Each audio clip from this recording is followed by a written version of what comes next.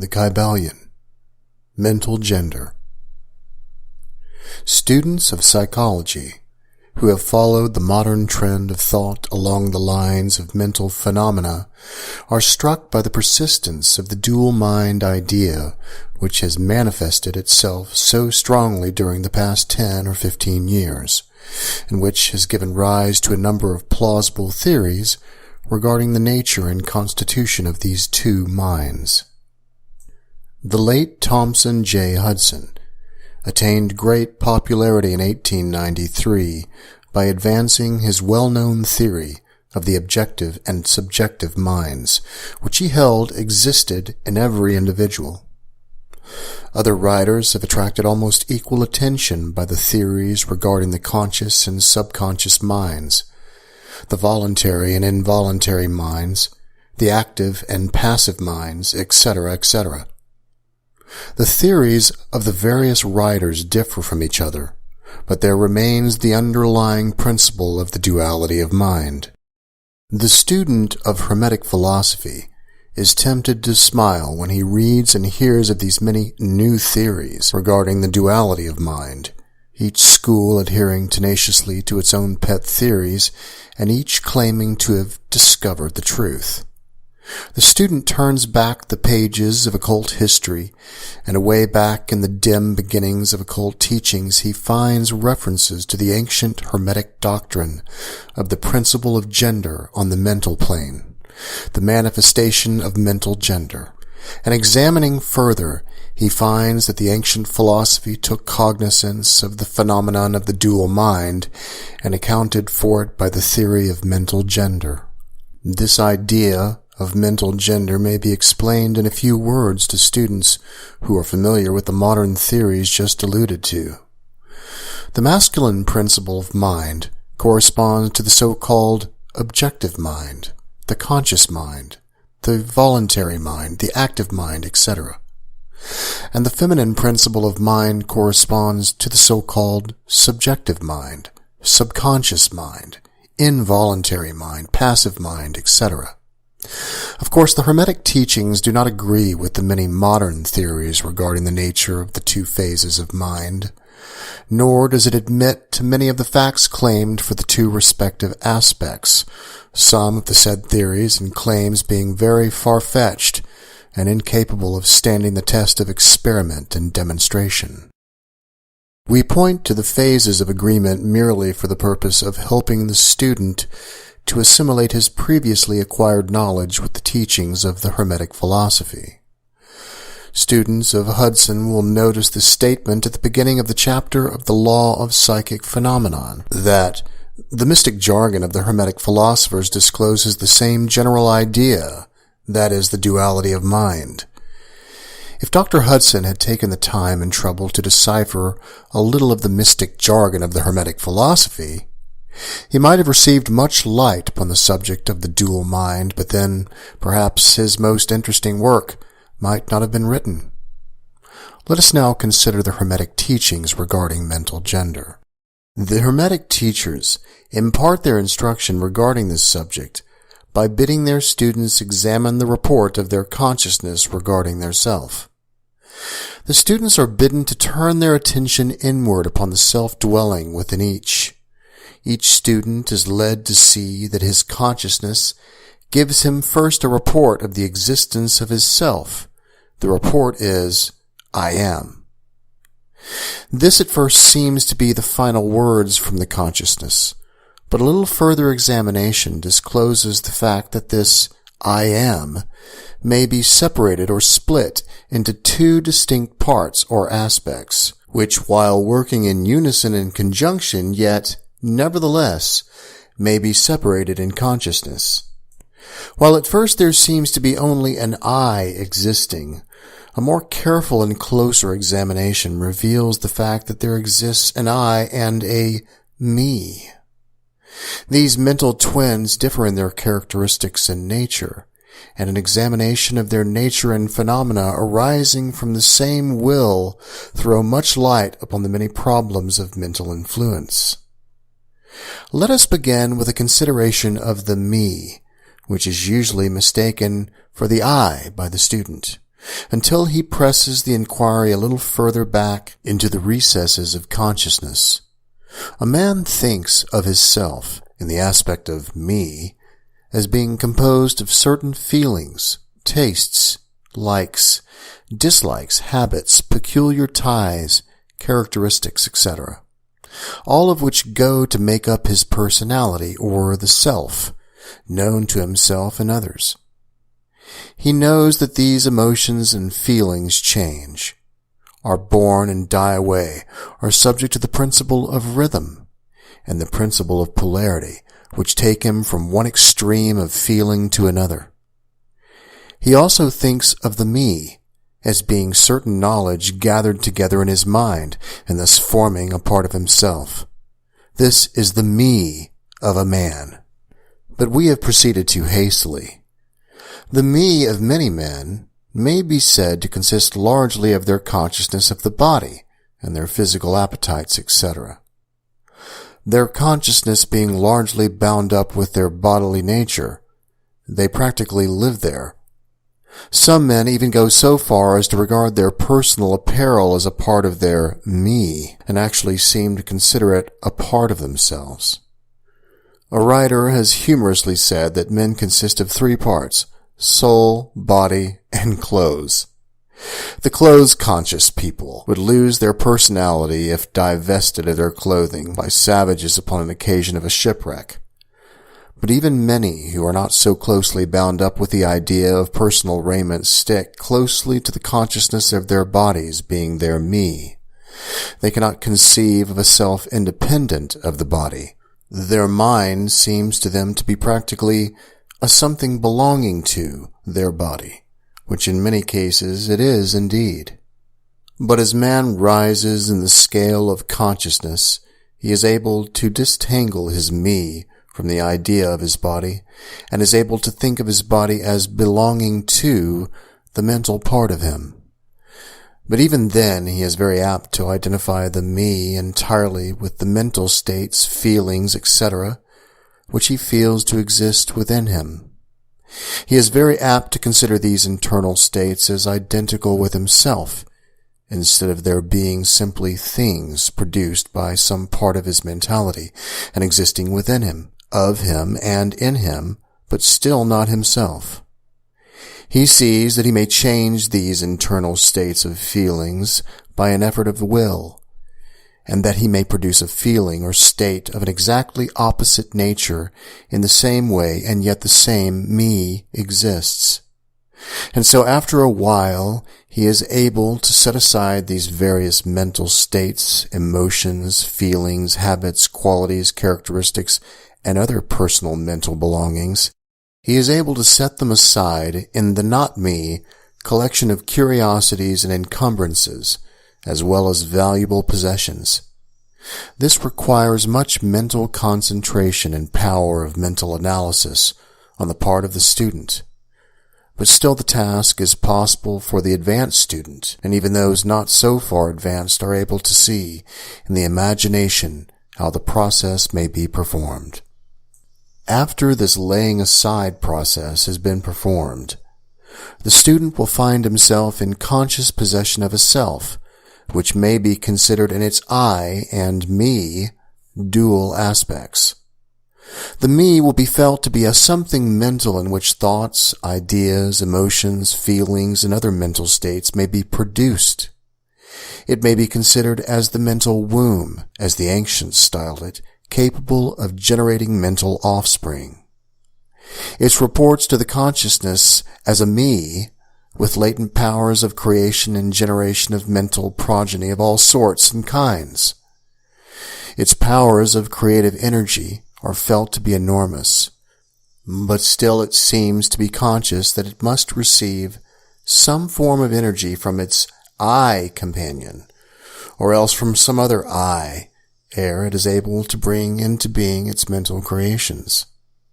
This consciousness brings with it a realization of an enormous capacity for mental work and creative ability. But the student soon finds that this is not all that he finds within his inner consciousness. He finds that there exists a mental something which is able to will that the me act along with certain creative lines, and which is also able to stand aside and witness the mental creation. This part of himself he is taught to call his I. He is able to rest in its consciousness at will.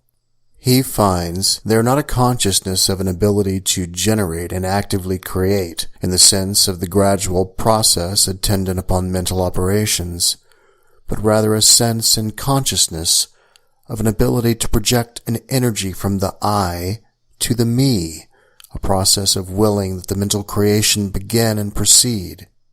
He also finds that the I is able to stand aside and witness the operations of the me's mental creation and generation.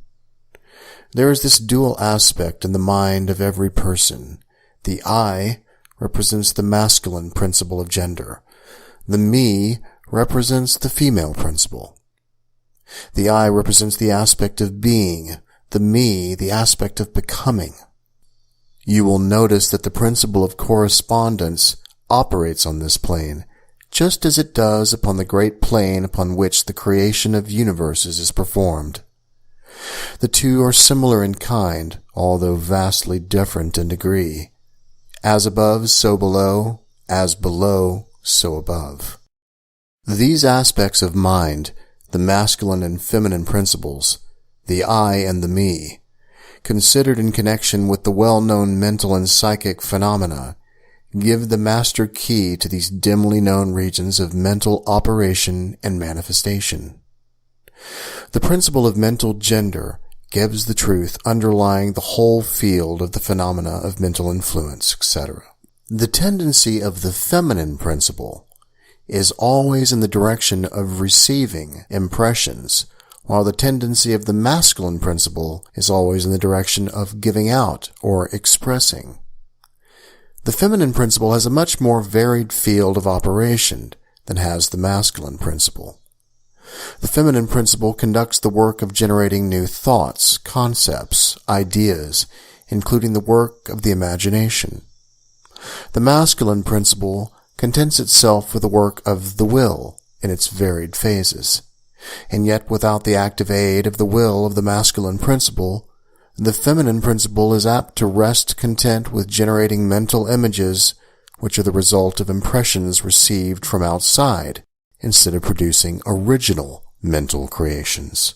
Persons who can give continued attention and thought to a subject actively employ both of the mental principles, the feminine in the work of the active mental generation, and the masculine will in stimulating and energizing the creative portion of the mind. The majority of persons really employ the masculine principle but little, and are content to live according to the thoughts and ideas instilled into the me from the I of other minds.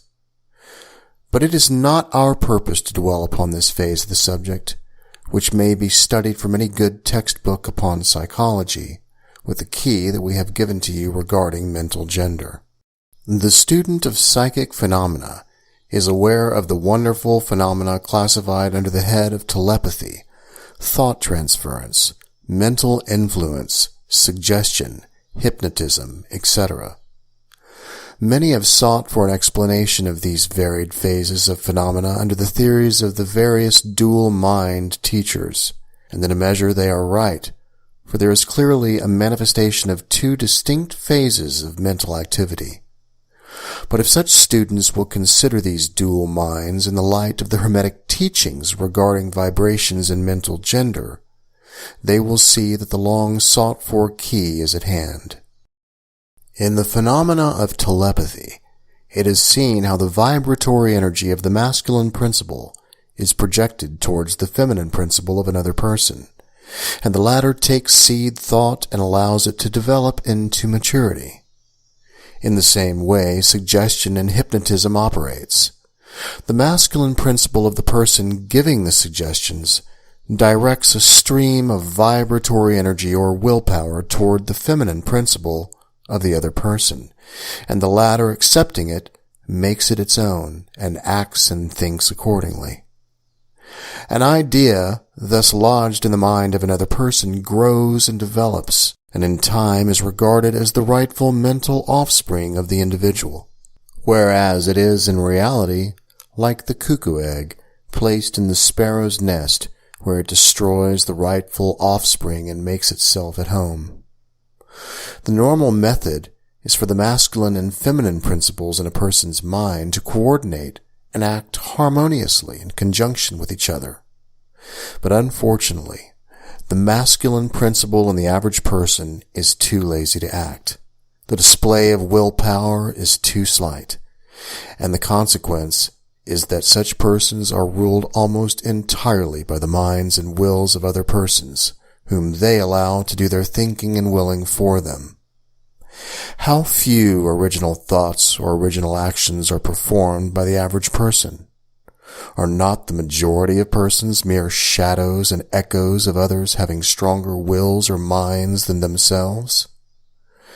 The trouble is that the average person dwells almost altogether in his me consciousness and does not realize that he has such a thing as an I. He is polarized in his feminine principle of mind, and the masculine principle in which is lodged the will is allowed to remain inactive and not employed. The strong men and women of the world invariably manifest the masculine principle of will, and their strength depends materially upon this fact. Instead of living upon the impressions made upon their minds by others, they dominate their own minds by their will, obtaining the kind of mental images desired, and moreover dominate the minds of others likewise in the same manner. Look at the strong people, how they manage to implant their seed thoughts in the minds of the masses of the people, thus causing the latter to think thoughts in accordance with the desires and wills of the strong individuals. This is why the masses of people are such sheep-like creatures, never originating an idea of their own, nor using their own powers of mental activity. The manifestation of mental gender may be noticed all around us in everyday life. The magnetic persons are those who are able to use the masculine principle in the way of impressing their ideas upon others. The actor who makes people weep or cry as he wills is employing this principle. And so is the successful orator, statesman, preacher, writer, or other people who are before the public attention. The peculiar influence exerted by some people over others is due to the manifestation of mental gender along the vibratorial lines above indicated. In this principle lies the secret of personal magnetism, personal influence, fascination, etc., as well as the phenomena generally grouped under the name of hypnotism. The student who has familiarized himself with the phenomena generally spoken of as psychic will have discovered the important part played in the said phenomena by that force which science has styled suggestion, by which term is meant the process or method whereby an idea is transferred to or impressed upon the mind of another, causing the second mind to act in accordance therewith. A correct understanding of suggestion is necessary in order to intelligently comprehend the varied physical phenomena which suggestion underlies. But still, there is more knowledge of vibration and mental gender necessary for the student of suggestion, for the whole principle of suggestion depends upon the principle of mental gender and vibration. It is customary for the writers and teachers of suggestion to explain that it is the objective or voluntary mind which make the mental impression or suggestion upon the subjective or involuntary mind. But they do not describe the process or give us any analogy in nature whereby we may more readily comprehend the idea. But if you will think of the matter in the light of the Hermetic teachings, you will be able to see that the energizing of the feminine principle by the vibratory energy of the masculine principle is in accordance to the universal laws of nature, and that the natural world affords countless analogies whereby the principle may be understood. In fact, the Hermetic teachings show that the very creation of the universe follows the same law, and that in all creative manifestations upon the planes of the spiritual, the mental, and the physical, there is always in operation this principle of gender, this manifestation of the masculine and feminine principles. As above, so below, as below, so above. And more than this, when the principle of mental gender is once grasped and understood, the varied phenomena of psychology at once becomes capable of intelligent classification and study, instead of being very much in the dark. The principle works cut in practice, because it is based upon the immutable universal laws of life. We shall not enter into an extended discussion of, or description of, the varied phenomena of mental influence or psychic activity. There are many books, many of them quite good, which have been written and published on this subject of late years. The main facts stated in these various books are correct, although the several writers have attempted to explain the phenomena by various pet theories of their own.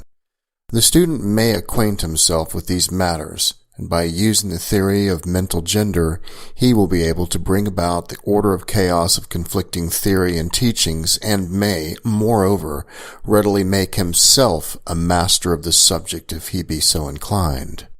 The purpose of this work is not to give an extended account of psychic phenomena, but rather to give the student a master key, whereby he may unlock the many doors leading into the parts of the temple of knowledge which he may wish to explore.